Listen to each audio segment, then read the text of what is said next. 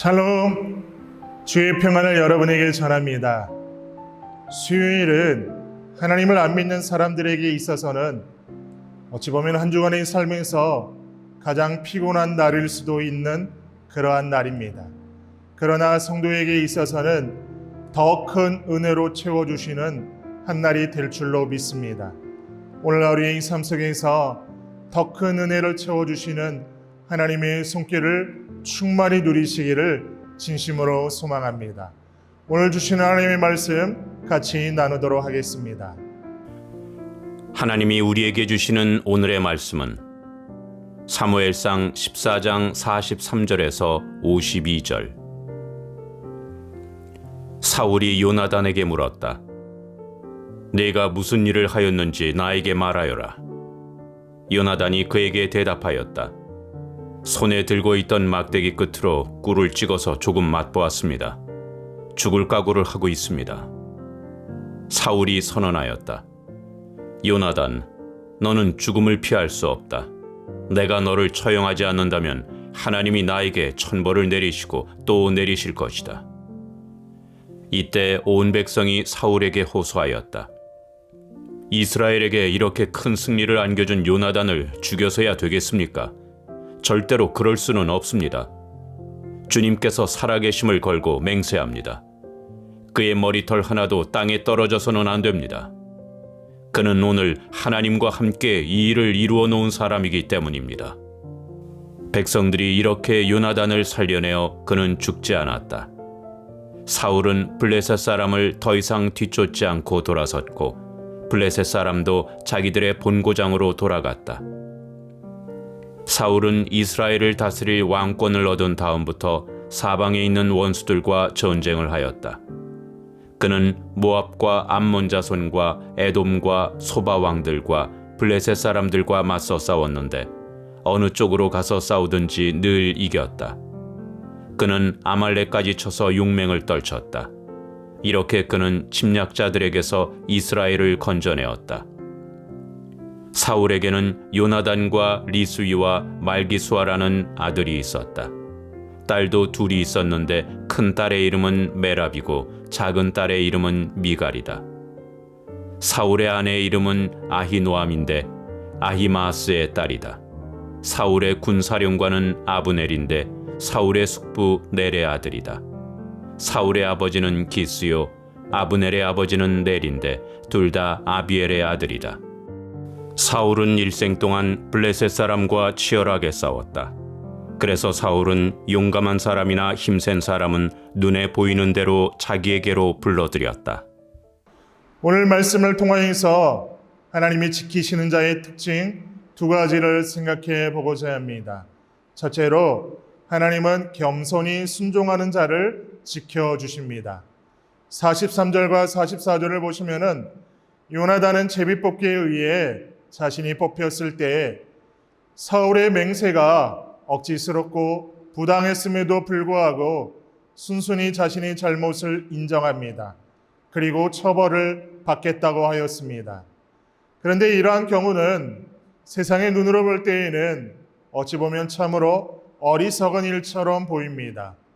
왜냐하면 세상의 논리는 이러한 경우에 자기가 옳을 때에는 말할 것도 없고 심지어 잘못이 있을 때조차 온갖 억지를 쓰는 것이 보통이기 때문입니다.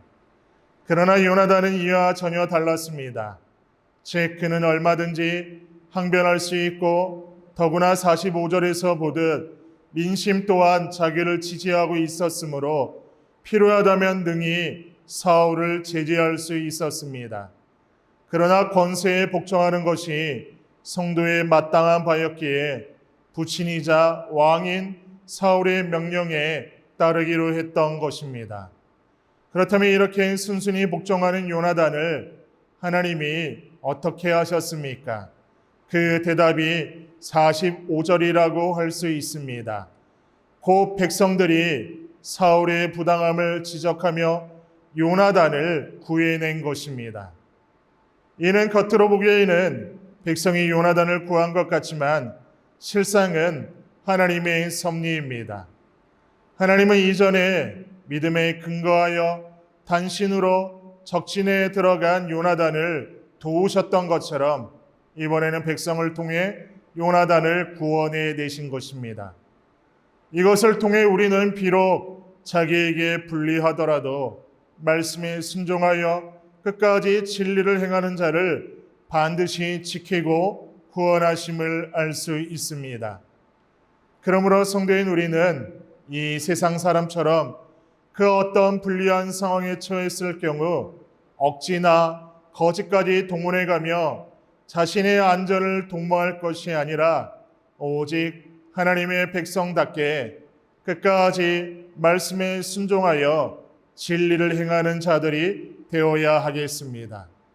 그리하면 하나님께서는 반드시 그 어떤 통로를 통해서든 지키고 구하시며 땅에서 받은 그의 손해와 상처와는 비교가 되지 않는 축복으로 그의 모든 것을 넉넉하게 갚아주실 줄로 믿습니다. 두 번째로 하나님이 지켜주시면은 아무도 해하지 못하는 것입니다. 45절을 보십시오. 이때 온 백성이 사울에게 호소하였다. 이스라엘에게 이렇게 큰 승리를 안겨준 요나단을 죽여서야 되겠습니까? 절대로 그럴 수는 없습니다. 주님께서 살아계심을 걸고 맹세합니다. 그의 머리털 하나도 땅에 떨어져서는 안 됩니다. 그는 오늘 하나님과 함께 이 일을 이루어 놓은 사람이기 때문입니다. 백성들이 이렇게 요나단을 살려내어 그는 죽지 않았다.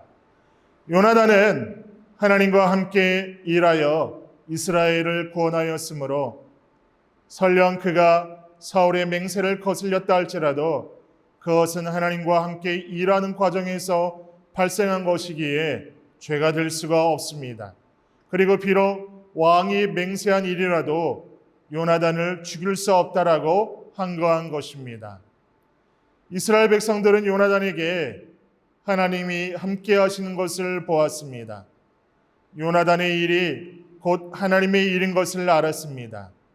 그리고 요나단이 명령을 어기고 꿀을 조금 먹었다고 해서 죽을 수 없다는 것도 알았습니다. 왜냐하면 요나단과 함께 하신 하나님은 사울보다 높으신 분이기 때문입니다. 그래서 그들은 요나단을 죽이겠다는 사울 왕에게 항거한 것입니다. 결국 사울은 왕의 권위로 맹세하였음에도 불구하고 요나단을 죽이지 못하였습니다. 우린 여기서 하나님과 함께 일하는 사람은 그 누구도 해할 수 없다는 것을 알게 됩니다. 그것은 하나님이 그를 지켜주시기 때문입니다. 요나단의 경우도 겉으로는 백성들이 보호한 것 같지만 사실은 하나님이 백성들의 마음을 감동하여 요나단을 보호하게 하신 것이었습니다. 하나님은 하나님과 함께 일하는 사람을 친히 보호하십니다. 결코 위기에 방치해 두시지 않습니다. 이와 관련하여 성경은 이렇게 말씀하고 있습니다. 시편 91편 7절을 읽어드리겠습니다. 내 왼쪽에서 1000명이 넘어지고 내 오른쪽에서 10,000명이 쓰러져도 내게는 재앙이 가까이 오지 못할 것이다. 큐티 영상을 함께 하시는 사랑하는 성도 여러분, 아무리 권세 있는 사람이라도 심지어 공중 권세 잡은 사단이라도 하나님과 함께 일하는 사람은 결단코 해할 수 없습니다. 오늘 본문의 이스라엘 백성들은 요나단의 머리털 하나도 땅에 떨어지지 않을 것이라고 하였습니다. 또한 우리 주님도 하나님께서 당신의 사람의 머리털 하나까지도 보호하신다고 하였습니다. 실제로 성경을 보면 하나님과 함께 일한 사람은 누구도 하나님의 허락 없이 허무하게 죽은 사람이 없습니다. 하나님은 아합의 박해에서 엘리야를 보호하셨고 헤롯 아그리빠의 손에서 베드로를 구원하셨습니다. 유대주의자들과 세상 권세자의 손에서 바울을 구원하셨습니다. 그러므로 우리가 하나님과 함께하고 있다면 어떠한 환난과 어려움이 닥쳐도 염려할 것이 없습니다. 우리는 그저 하나님만 의지하면 됩니다. 우리에게 사명이 있는 한 세상은 결코 우리를 해할 수 없습니다. 이 사실을 믿고 매사에 담대한 마음을 가지고 믿음의 길을 올곧게 걸어가시는 여러분들 되시기를 진심으로 소망합니다. 다 같이 기도드리겠습니다. 하나님 아버지, 이 땅 가운데에서 성도로 살아갑니다. 성도로서 살아갈 때 우리 앞에 여러 가지 어려움이 있고 힘든 상황도 많이 있음을 보게 됩니다.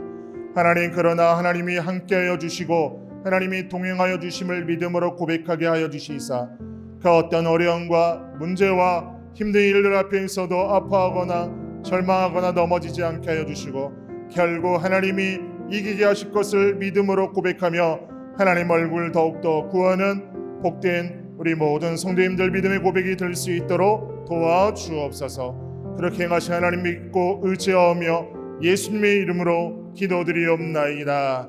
아멘.